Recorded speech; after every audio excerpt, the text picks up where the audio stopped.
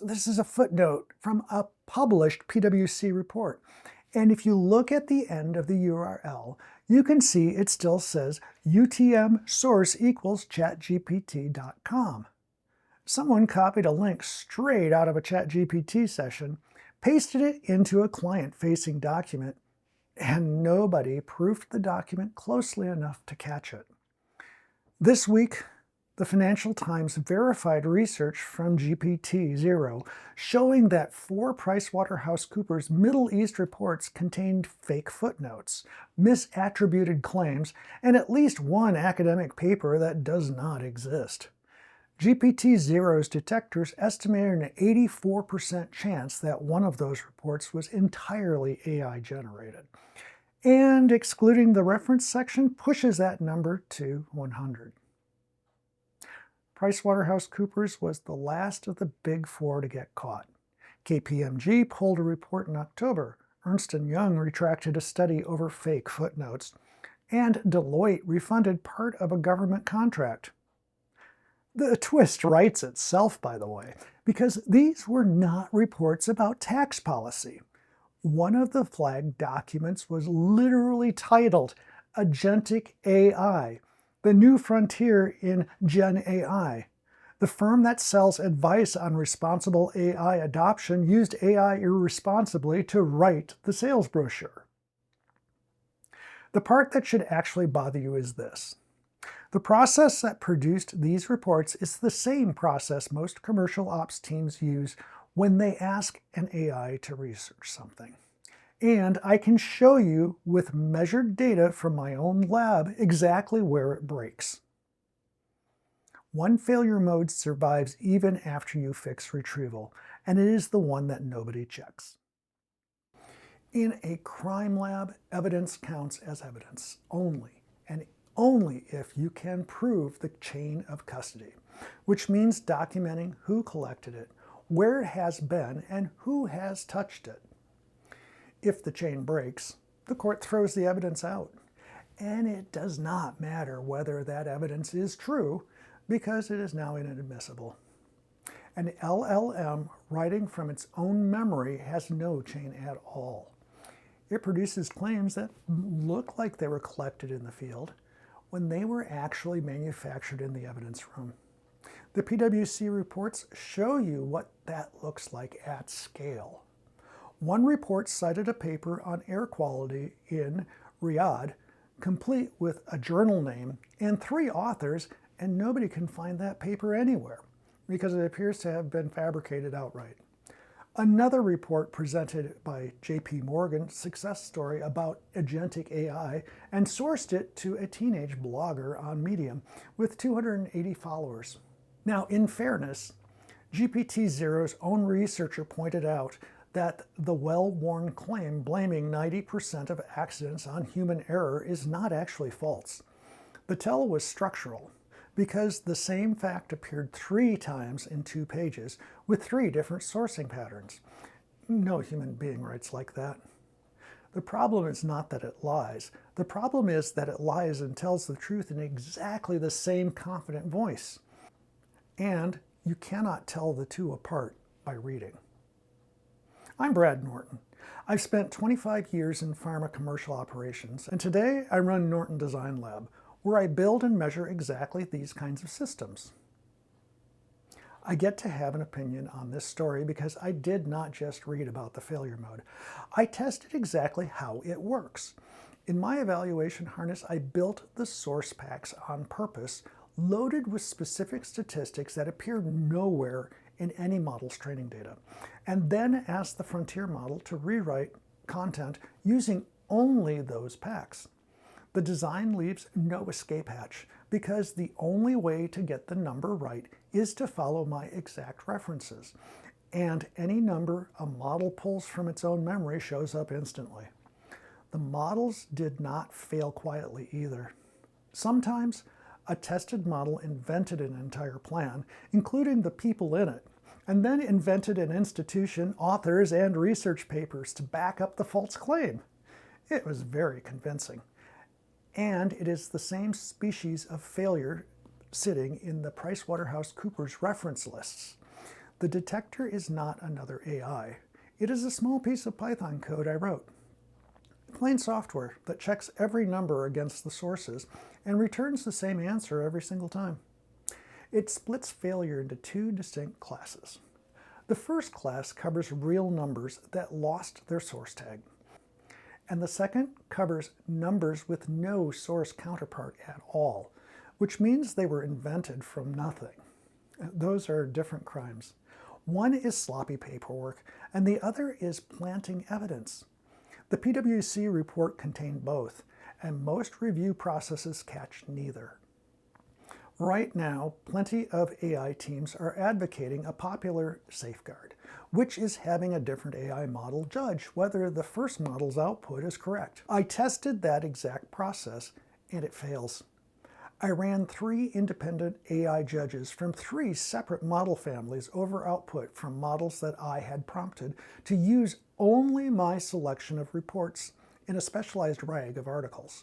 When the model skipped my numbers and invented their own, all 3 judges scored those outputs a perfect 5 out of 5 on source fidelity.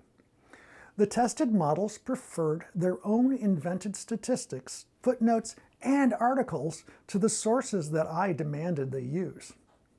They did write it in a very nice prose and even invented a journal with a prestigious sounding name for the information. I then rewrote the grading instructions I give the judges to explicitly hunt for fabrication. And the judges improved. When you type a research question into a chatbot, you are not commissioning research. You're asking a witness to recall, in convincing detail, a crime scene they never visited. The fix is retrieval augmented generation, where you build a library of actual documents, meaning real articles, real books, and real filings. The model writes only from what has been retrieved, and every claim carries a pointer back to its source, which restores the chain of custody. My own library holds about 260 documents across more than 150,000 indexed chunks, and it runs on hardware sitting in my office. Having a second AI review the output sounds like a control, but you just saw my data on that approach. 3 judges gave perfect scores to planted evidence. A reviewer that shares the writer's blind spots is not a reviewer. It is an accomplice with a clipboard. Verification has to be deterministic, which means answering 3 mechanical questions. Number 1, does the URL exist? Number 2, does the page contain the claim? And number 3, does the number exist in the source packet? A Python script answers those questions the same way every time, and a script would have flagged that ChatGPT tracking tag in about 4 milliseconds. Now we get to the failure mode that survives even after you build the RAG, and it's the one nobody checks because it lives inside the system itself. Building the library is not the finish line because the hidden failures live in the chunks, which are the small pieces of each document that the system actually indexes and searches. Checking the quality of those chunks is critical, and almost nobody does it. I found the hidden failures in my own library using conventional RAG generation, and they forced me to reframe the entire process. Now, I look at the text, the charts, and the graphs, and the pipeline posts its issues before I accept a single chunk into the index. The inspection pays for itself, because I have exact success and failure numbers for the entire library. 2 rules came out of that reframe on the ingestion side. Never break a sentence, because a quote that cuts off mid-thought is a citation nobody can verify.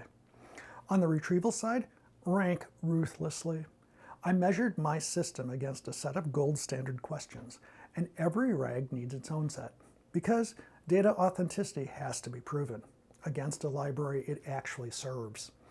The measurements showed that the right material was usually retrieved and then outranked by near duplicates. So I built my own Python ranking code for the retrieval side. Even in the age of AI and LLMs, old-style algorithms and machine learning are sometimes the better tools for the job. A fair caveat applies here because these measurements come from my corpus and my own question set, so your results will differ. The point is not my exact results. The point is that I can show you measurements at all. While the vendors pitching AI research tools to catalog your data rarely show you theirs. Grounded is not a checkbox. It is a measurement. And if you have not measured it, you do not have it. So Monday morning, do this. First, take the last AI-assisted document your team shipped and click every single footnote. Confirm that the link resolves and that the page actually contains the claim. PwC's reviewers skipped that step, and a 20-minute check would have spared them a front-page story in the Financial Times. Second, write down one rule for your team. No AI-generated claim ships without a retrievable source that a human or a deterministic script has verified at least once. That is one sentence, and it belongs in your SOP today. Third, if you are building with RAG, demand a number from whoever built it. Ask what percentage of queries return the correct source at the rank 1 level. If they cannot answer, the system's not grounded. I have published the full methodology and the economics of running this pipeline locally in 3 working papers on an academic repository where I published them to prepare for peer review. Each paper has its own DOI, and the links are in the description. Let's be honest. The YouTube algorithm has the attention span of a goldfish on espresso. And a consulting report with fabricated footnotes carries about the same evidentiary weight. So, confuse those robots. Smash the subscribe button and hit like. Also, tell me in the comments whether you would rather have a fast answer or a grounded one. Because the PwC story suggests most organizations already voted, and in my opinion, they voted wrong. If you want the deep dive on how I evaluate frontier models head-to-head on real IC content, that video is coming next, and the leaderboard surprised me. Keep designing your future, not defending your plan. I'll see you in the next one.